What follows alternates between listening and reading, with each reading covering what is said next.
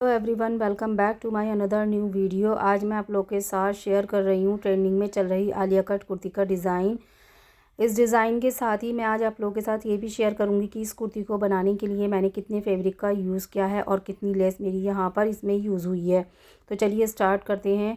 तो इस कुर्ती को बनाने के लिए मैंने यहाँ पर 3 मीटर लेस ली है, जो हम अपने टॉप पार्ट पर यूज़ करेंगे। तो ये देखिए, इस तरह की स्टोन वाली मैंने लेस ली है और ये ट्रायंगल लेस ली है जो कि हम घेर में यूज़ करेंगे। ये भी मैंने 3 मीटर ली है।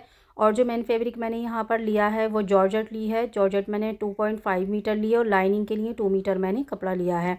और ये देख लें, यहाँ पर मैंने अपने टॉप पार्ट की कटिंग करने के लिए अपने लाइनिंग वाले फैब्रिक को 4 फोल्ड करके बिछाया हुआ है। अब हम यहाँ पर आर्म होल की मार्किंग करेंगे। तो आर्म होल की मार्किंग के लिए मैंने शोल्डर के लिए 7 इंच पर मार्क किया है और आर्म होल की मार्किंग के लिए मैंने नीचे की तरफ 7 इंच पर मार्क किया है। इस तरह से 7 इंच पर मार्किंग करने के बाद हमने एक बॉक्स बना लेना है। और अपनी चेस्ट के लिए मैंने यहाँ पर 10.5 इंच पर मार्किंग की है। आप अपनी चेस्ट के अकॉर्डिंग यहाँ पर मार्किंग कर लें। और यहाँ पर मैंने अपनी वेस्ट के लिए 9.5 इंच पर मार्किंग की है। अब हमने अपने फ्रंट वाले आर्म होल की मार्किंग के लिए ऐसे तिरछा 1 इंच पीछे की तरफ हमने निशान लगाया है। और इस तरह से हमने मार्किंग करने के बाद अपने आर्म होल की गोलाई ले लेनी है। तो ये देखें, आधा या पौना इंच आप इस तरह से पीछे फ्रंट पार्ट के लिए पीछे की तरफ गोलाई ले लें और बैक पार्ट के लिए आगे की तरफ आधा या पौना इंच पर मार्किंग कर लें। शोल्डर को डाउन करने के लिए मैंने आधा इंच पर मार्किंग की है। अब हमने अपने टॉप बैक पार्ट की मार्किंग के साथ ही हमने इसको कट कर लेना है। कट करने के बाद हमने आलिया कट शेप देने के लिए सबसे पहले अपने टॉप पार्ट की फुल लेंथ ले लेनी है। यहाँ पर मैंने 15.5 इंच लेंथ ली है और ऊपर की तरफ आलिया कट शेप देने के लिए 4 इंच पर मार्किंग की है। यहाँ पर एक मार्क करने के बाद इस तरह से हमने तिरछी मार्किंग करनी है। तो ये देखें, आलिया कट शेप देने के लिए हमें इस तरह से टॉप पार्ट पर अपने फ्रंट पार्ट पर मार्किंग करनी है तिरछी। तो तिरछी मार्किंग करने के बाद अभी हमने इसको कट नहीं करना है। हमने इसको जो कट करेंगे हम अपने मेन फैब्रिक के साथ कट करेंगे। तो हमने अपने मेन फैब्रिक को बिछा लेना है। तो यहाँ पर मैंने 2 फोल्ड में इस तरह से अपने फ्रंट पार्ट और बैक पार्ट कट करने के लिए जॉर्जेट वाले फैब्रिक को यहाँ पर बिछा लिया है और उसके ऊपर हमने अपनी इस लाइनिंग वाले फैब्रिक को ऊपर की तरफ रखते हुए ऐसे हमने इसको बिछा लिया है। अब यहाँ पर हम नेक की कटिंग करेंगे। नेक कट करने के लिए मैंने यहाँ पर 3.25 इंच पर मार्किंग की है और इसकी जो लंबाई मैंने नेक की रखी है वो मैंने 6 इंच रखी है। और इस तरह से वी शेप देते हुए हम अपने नेक की मार्किंग करेंगे। तो ऐसे हमारे नेक की भी मार्किंग हो गई है। अब हम अपने लाइनिंग वाले फैब्रिक और मेन फैब्रिक को कट करेंगे। तो देखिए, इस तरह से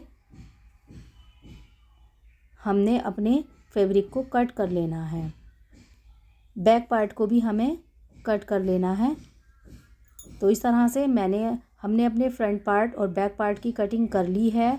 अब हमने इसको ओपन करके और इसमें अपने नेक को स्टिच करना है।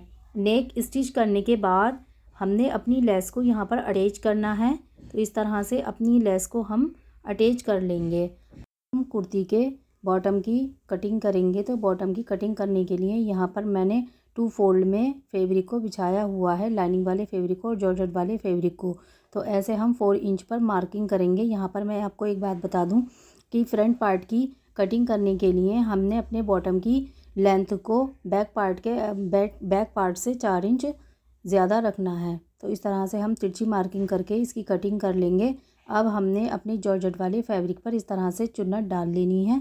चुन्नट डालने के बाद हमने अपने टॉप पार्ट को इस पर इस तरह से रख के स्टिच कर लेना है। और इसी तरह से हमने अपने बैक पार्ट को भी रेडी कर लेना है। अब हमने अपने लाइनिंग वाले फैब्रिक को लेना है, जो कि हमने बॉटम के लिए लाइनिंग वाली फैब्रिक का यूज़ किया था, कटिंग की थी। तो अब हमने इसको भी रखकर इस तरह से प्लेट डालकर स्टिच कर लेना है। स्टिच करने के बाद अब हमने अपनी लेस को अटैच कर लेना है।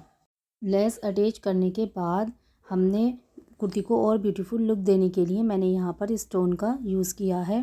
तो कुर्ती के फ्रंट पार्ट पर ग्लू की हेल्प से हम इन स्टोन को मैंने पूरे पार्ट पर अप्लाई कर लिया है और इसी तरह से स्लीव्स पर भी मैं इस स्टोन को अप्लाई कर लूँगी। अब कुर्ती की फिटिंग लगाकर हमने अपनी स्लीव्स को अटैच कर लेना है और कुर्ती के बॉटम को भी फोल्ड करके हमें स्टिच करने के बाद ट्रायंगल लेस अटैच कर लेनी है। तो तैयार होने के बाद कुर्ती का लुक कुछ इस तरह से आएगा। अगर आपको वीडियो पसंद आई हो तो लाइक करें। मज़ीद और वीडियोज़ के लिए मेरे चैनल को सब्सक्राइब करना ना भूलें।